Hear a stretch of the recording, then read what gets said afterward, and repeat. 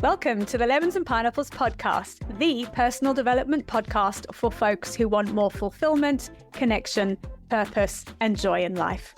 I'm your host, Emma O'Brien, a no-nonsense coach, a seasoned entrepreneur, photographer, rescue dog mum, and happy life enthusiast.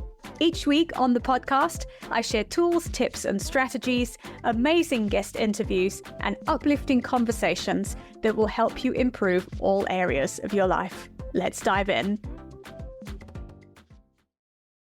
Hi, folks. A very warm welcome to Season 3, Episode 2 of the Lemons and Pineapples podcast. In today's episode, I am going to be talking to you about 4 essential questions you can ask yourself to help connect you to your purpose. First of all, I want to talk about what purpose is exactly. I think it's something that gets talked about a lot. You know, you must be on purpose, live on purpose, work on purpose. But what is it? And in my view, having a sense of purpose is a feeling. It is a way you feel when you get up in the morning. It's a way you feel when you do something. It is a way of being. We talk about moving purposefully. We're doing it with intention and we're doing it for a reason. And I think you know when you're living on purpose or working on purpose or have a sense of purpose because intrinsically you feel good.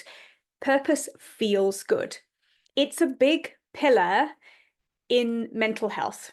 And one of the reasons that is cited by people who are suffering from depression and anxiety as to why they feel the way they do is they lack a sense of purpose in life. There's no real reason to get up in the morning. And I think we can relate if life feels like Groundhog Day and you're getting up and rinsing and repeating, coming home, going to bed and getting up and doing the same thing over and over and over, and you've lost sight of why, and it doesn't feel good, you are not on purpose. And let's talk a little bit about why it actually matters and what purpose does for us. I think there can be multiple ways of having purpose. It can be easy to be lulled into thinking that we have to have some grand career move that is purposeful. You know, you could take someone who's a brain surgeon, for instance. They're doing big work. It's life-changing work, really purposeful. Do you have to be a brain surgeon to feel purposeful? Of course you don't.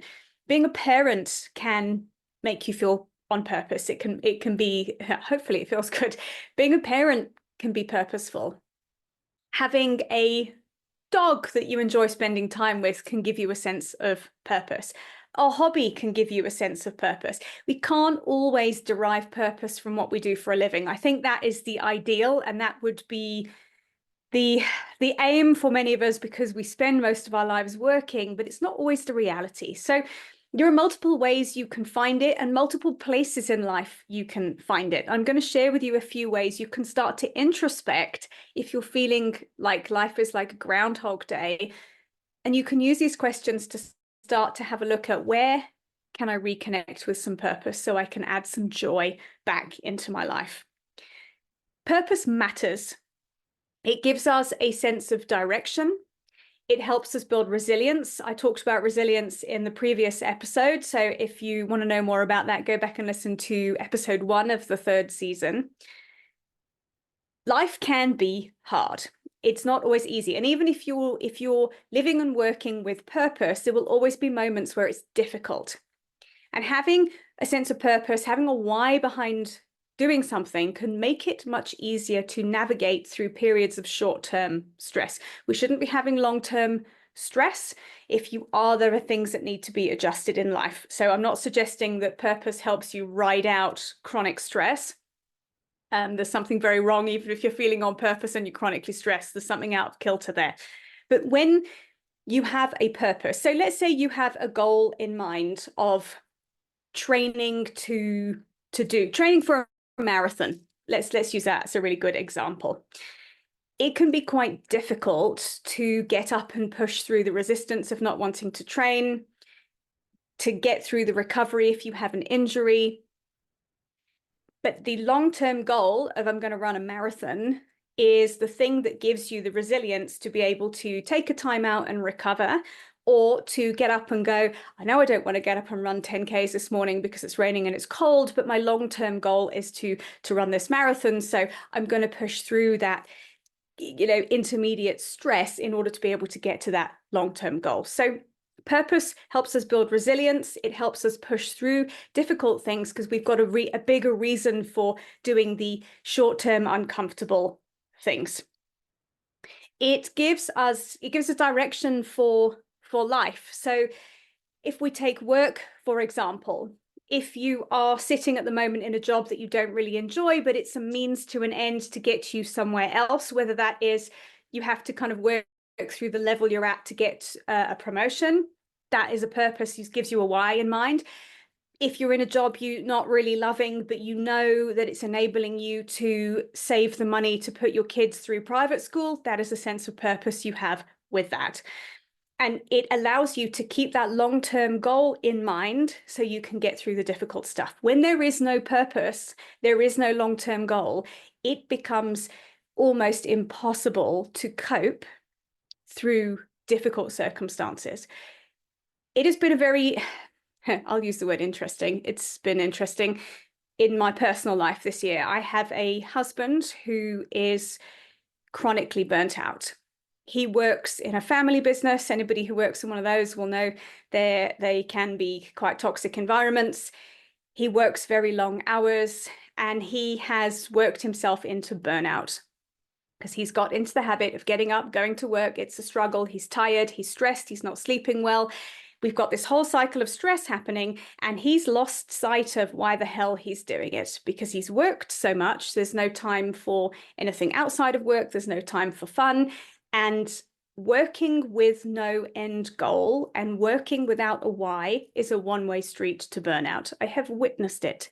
It is 10 out of 10, don't recommend.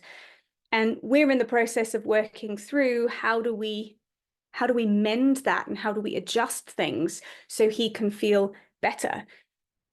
Burnout it's an invitation to change things and it is not a sustainable way of being. It's a terrible way of being. So it's been very challenging for us and for, personal life stuff for me. It's been very challenging going through that, but it's given me a lot of insight into this and it's given me a big reminder again of why purpose is so, so important. So let me share with you some questions. There are more than 4. I love to over-deliver, that will help you really get in touch with your purpose. And you might want to come back to this and jot these down. And just to sit with a journal quietly and just work through these questions. If you're feeling stuck, if you're feeling lost, these are questions that will elicit insights to help you find a new direction and perhaps help you move forwards and help you make a change. Remember, when we're stuck, it's tiny incremental changes start to help you get out of the stuck. I kind of see stuck as, you fall down a big hole and you can't quite see a way out. And it is about creating the ladder steps to help you climb out of the hole. And it has to happen step by step. We can't get unstuck in one fell swoop, unfortunately. So here are some questions and you can jot these down and answer them. And as always, I would love to hear from you when you've done this exercise of what's come out of it and what your takeaways have been. You can pop me a DM on Instagram. It's at Emma O'Brien Coach. You can also send me a text message at the link is in the top of the show notes here as well. So here they are. What do I want? It's a really simple question, but I don't think any of us ask ourselves this enough. We end up blindly allowing life to happen. And then we wake up one day and go, what the hell? Where has 10 years gone? I hate my life. I don't want this. How did this happen to me? So what do I want? What do I want? List out the things that you want. What do you want? The other question I talked at the beginning, me and my multiple personalities talked at the beginning about purpose being a feeling, being a way of being. So another question is, how do I want to feel on a regular basis? What state of being would I like to be walking through the world in? And if you're not walking through the world in that state already, what do you need to change in order to achieve that? What needs to be adjusted? Another question: if I knew I couldn't fail, what bold move or big dream would I pursue?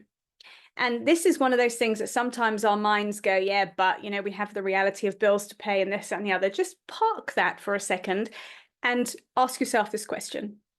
If I knew I couldn't fail, what would I pursue? What would I do? And it might be that it's not practical to make a complete 180 in life and do something massively different. But if you have an idea of what big dreams or bold moves there's a part of you that would like to make, you can start having baby steps towards that. So maybe it's not possible to do a massive career change at the moment, even though that's what you want. But could you start to have a look at alternate routes of study you could take? Is there a night class you can do? Is there an online course you could do? Is there somewhere you could volunteer? Is there something you could do for, an hour a week that would start to put you on the path towards that different thing? Remember, change happens it's a series of small incremental steps, and we just have to start taking those steps. The third question is, imagine it's 2035. 10 years and 2 months from now, yikes. What would I regret not having done? What would you regret not having done in 10 years' time?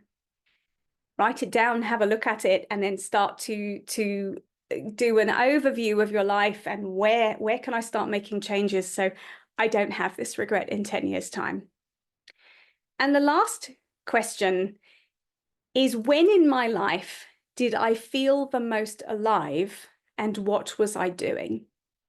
Can you remember a time that you felt really like you were living and working on purpose? Like you got out of bed and thought, I'm excited for this because I know this is taking me here. Or, I'm excited about what I'm doing today. Or I'm excited because what I'm doing today is moving me towards a goal I've got that is going to come to fruition in a year's time. Think about that. I think it's often, as I've touched on, we end up at a point in life where we're going, how the hell did I arrive here? Oh, I didn't want this. This isn't the life I envisaged, but it's happened. And it's good to reflect back and start to have a look at which point did the spark start to disappear for me? What happened? And how can I reignite that? How can I make some changes? What do I need to change in order to reconnect with joy again? I talk about this often on the podcast. Is I don't think the purpose of being here and being alive is to struggle and suffer through life until you die. But yet that seems to be how so many go through life. I've been, my husband and I, but there's been lots of conversations in this house of late. And I think he's grown up with the worldview of, live modestly, work really hard, and save as much as possible for retirement, which is great. You want to be set up for retirement. You don't want to be stuck in poverty when you finish work, or you lose your job, or whatever happens. But at the same time, you cannot put off existing in a state of joy and abundance and enjoying the experience of being now with the assumption that you're going to get to it in 20 years' time. Because if you aren't able to be present and enjoy things that are happening in life now, why do you think it's going to be any different in 20 years' time? All that's going to happen is you're going to have a large pot of retirement savings, and you're going to be so incapable of enjoying life because you've never experienced enjoying life. You're just going to be unhappy with more money. And I don't really see the point in that at all. So there's a balance to be had there. I'm going to be quiet now. So I will invite you to reflect back on the questions that I have shared. Take your time to answer them and see how the answers you come up with line up with your current reality. And you can compare the two and start to have a look at, where in my current reality Am I experiencing what I want to be experiencing? Because I bet somewhere in there you are. And if you are, how can I expand that so I get more of that good feeling? And when in the areas that are lacking purpose, that are lacking joy, that don't feel good, what needs to change so that you can live in a more expansive way and you can actually experience more happiness and joy in your life? Tiny steps. Remember, you can have a look at this and start to have a look at what are the first small steps I can take to instigate change. This is exciting work. This is the kind of work I love doing with clients. I love supporting people through this. So if you've gone through this and you've listened and you've thought this is really great, but I need some help, pop me a message. I'd be very happy to chat to you about how some one-on-one coaching could help to support you in activating more joy, creating more expansiveness, and getting you back on track with your purpose. So we have less Groundhog Day and more joy. Thank you for being with me today, folks, for this episode. I will see you same time next week. Bye for now. Thank you for listening to today's episode. If you've enjoyed it, please leave me a 5-star rating and a review, and make sure you share this episode with a friend who you know will also enjoy it. I'd love to connect with you on Instagram. Please drop me a DM and say hi at Emma O'Brien Coach. And for more information about coaching with me, please head to my website, which is emmaobrien.coach.com.